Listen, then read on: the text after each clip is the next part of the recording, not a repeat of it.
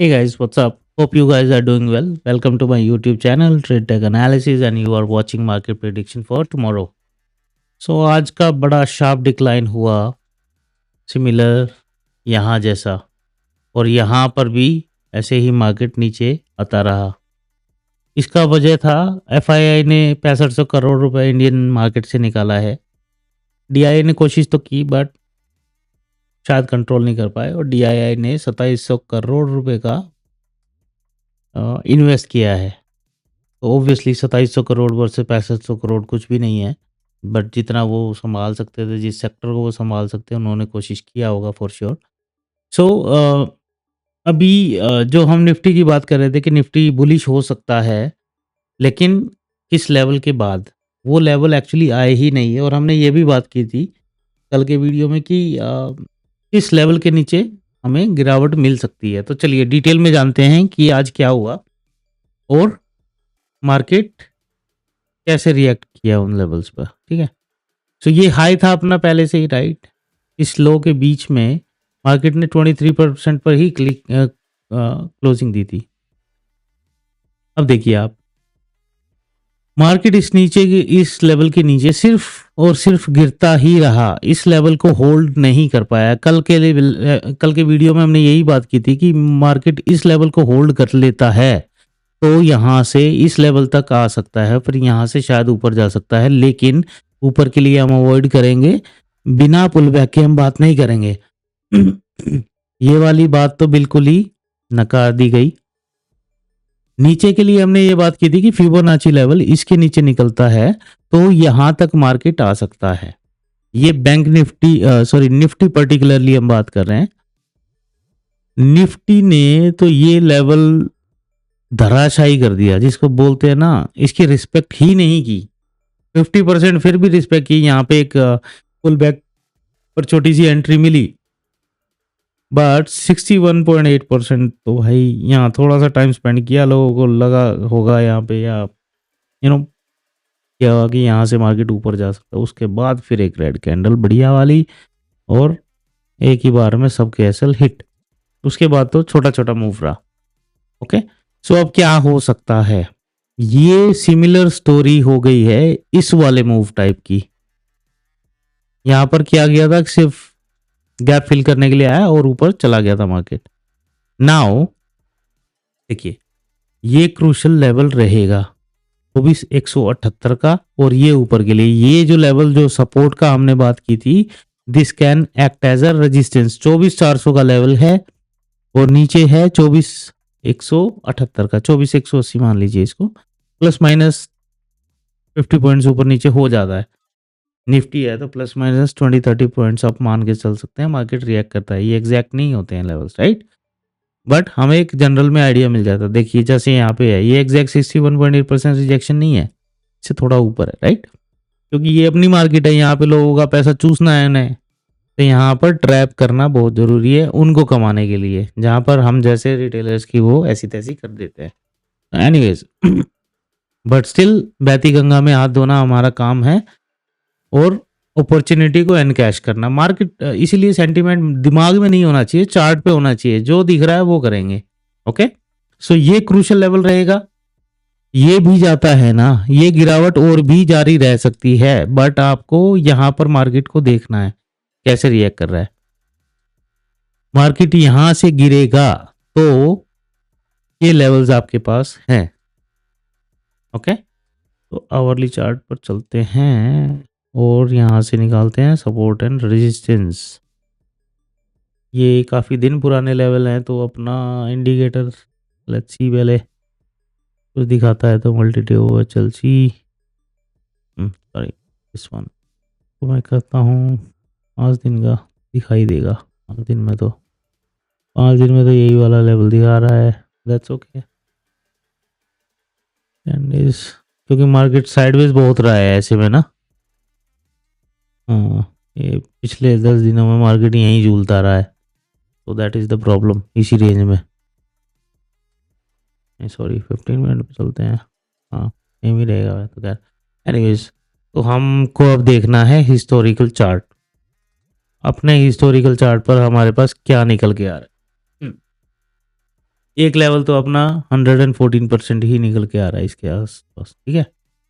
दूसरा जो लेवल है ये नहीं है यहाँ पर, एक ही बार इसने यहाँ से सपोर्ट लिया था। हाँ ना ना है भाई, बिकॉज यहाँ पर देखिए, यहाँ पे सपोर्ट है, यहाँ पे रेजिस्टेंस है, ये लेवल्स इंटैक्ट हैं। इसके अलावा जो ये शार्प एकदम यहाँ से बाइंग आई थी, उठा था दोनों बार, ये एक लेवल है। और ऑन चार्ट जो है फिबोनाची नंबर 161% वो भी रहेगा।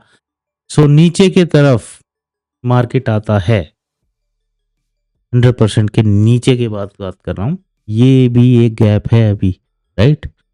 300 पॉइंट्स का गैप है ये, 24,319 प्राइस है और ये 24,178 ऑलमोस्ट 150 पॉइंट का है, 0%, 24,000 भी यहाँ देख रहा था मैं, ठीक है। सो अभी क्या करते हैं, देखिए ये अपने क्लियर है लेवल, ये रेजिस्टेंस लेवल होगा अपना, जो मेन रेंज है फिलहाल रेजिस्टेंस, और ये अपना रहेगा सपोर्ट, ठीक है।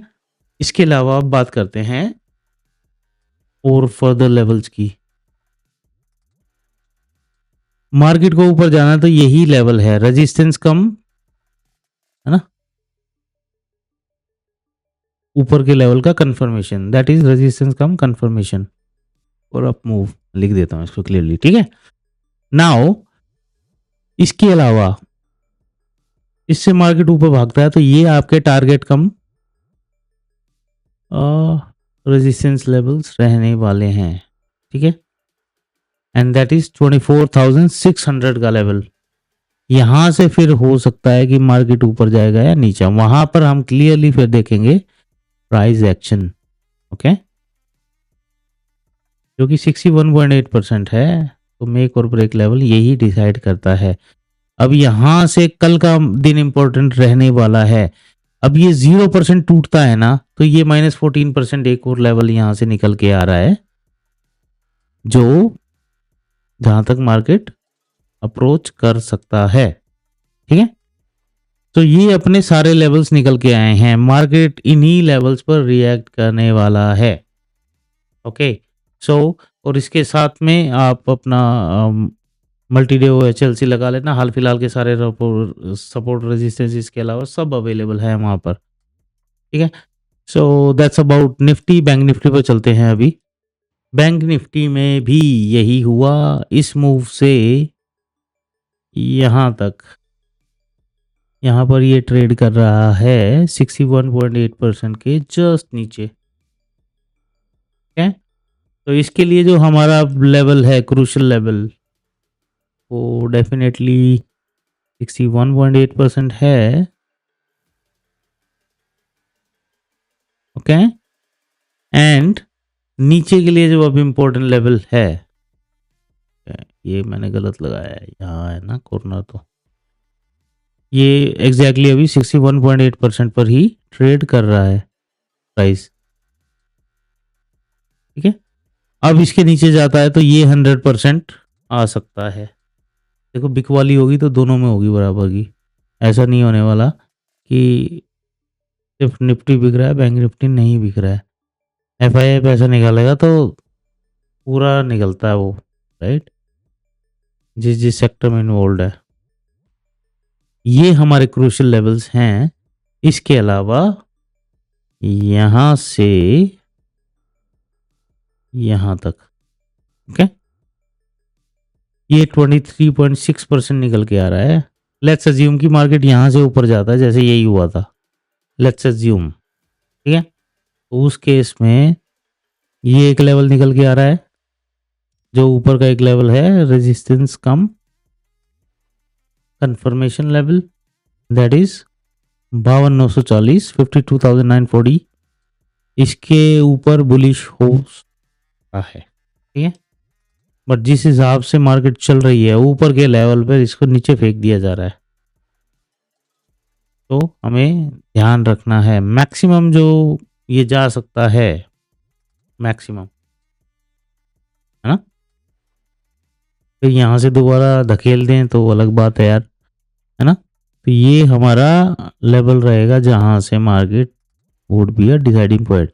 अब यहाँ से नीचे आती है तो क्या होगा, ये अपने पास नए लेवल्स निकल के आए हैं जहां तक मार्केट अप्रोच कर सकता है, ठीक है, और 100% एज वेल।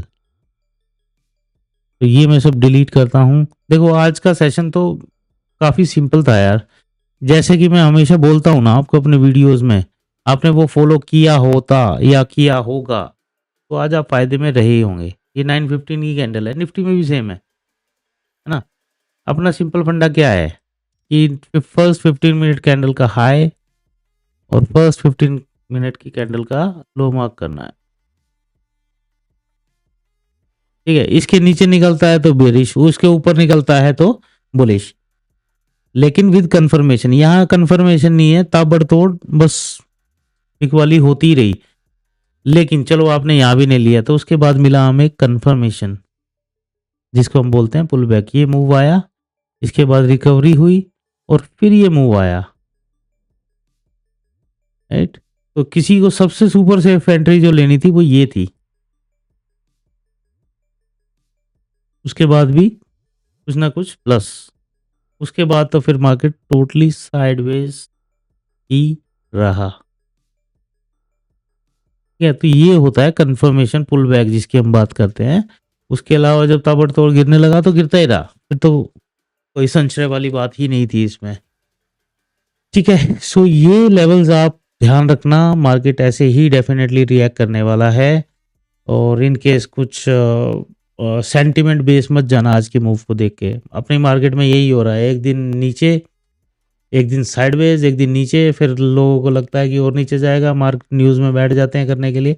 आप चार्ट को देखिए, चार्ट सब कुछ बोलता है, ठीक है। तो with this thank you so much, and if you like my analysis that is accurate so far. हम जैसे प्रिडिक्शन करते हैं, हम दोनों साइड का मूव व्यू लेके चलते हैं कि मार्केट यहाँ से ऊपर नहीं जा सकता, नीचे भी आ सकता है, right. And bank nifty anyways 500-600 point ही नीचे खड़ा था अपने ऑल टाइम हाई से। तो जहाँ पे एक सेंटीमेंट डेवलप होता है कि नहीं यार साइडवेज हो गया मार्केट, यहाँ पे बेस बना रहा, ऊपर जाएगा, वहीं से नीचे फेंक देते हैं। और ऑब्वियसली जब मार्केट में अभी ऐसा कुछ कोई सेंटीमेंट नहीं है कि भाई मार्केट, इंडियन मार्केट में ऐसा कुछ नहीं है कि मार्केट यहाँ से ताबड़तोड़ जाएगा, एफआईआईज इन्वेस्ट करेंगे। एफआईआईज तो पैसा निकाल ही रहा है बजट के बाद से, और बैक टू बैक निकाल ही रहा है। उसका रीज़न क्या है? यही रीज़न है कि उनको यहाँ पे इन्वेस्टमेंट के लिए अपॉर्चुनिटीज़ नहीं मिल रही है। टैक्सेशन इतना प्रॉब्लम है, हमारे लिए तो है ही, उनके लिए भी है। वहाँ पर तो उनके टैक्सेशन के लिए उनके तो 0.1%, 0.2% में भी फ़र्क हो जाता है, राइट। जो लॉन्ग टर्म गेन टैक्स था, शॉर्ट टर्म था, इंटरनेशनल क्लाइंट्स का था, वो सब इन्होंने बढ़ाया था। लॉन्ग टर्म वाला तो ठीक है, प्रेशराइज गवर्नमेंट हर कोई हो जाती है, बड़े बड़े लोग बैठे हैं लॉन्ग टर्म को बचाने के लिए, तो उसको तो सब संसद में जाके क्लियर करा दिया गया। शॉर्ट टर्म में तो हम जैसे गरीब है ना, मिडिल क्लास जो थोड़ा बहुत कमाने की सोचते हैं, राइट, तो वो सब उसमें मारे जाएंगे। बट एनीवेज फिर भी find opportunities and try to make some money without losing it, okay.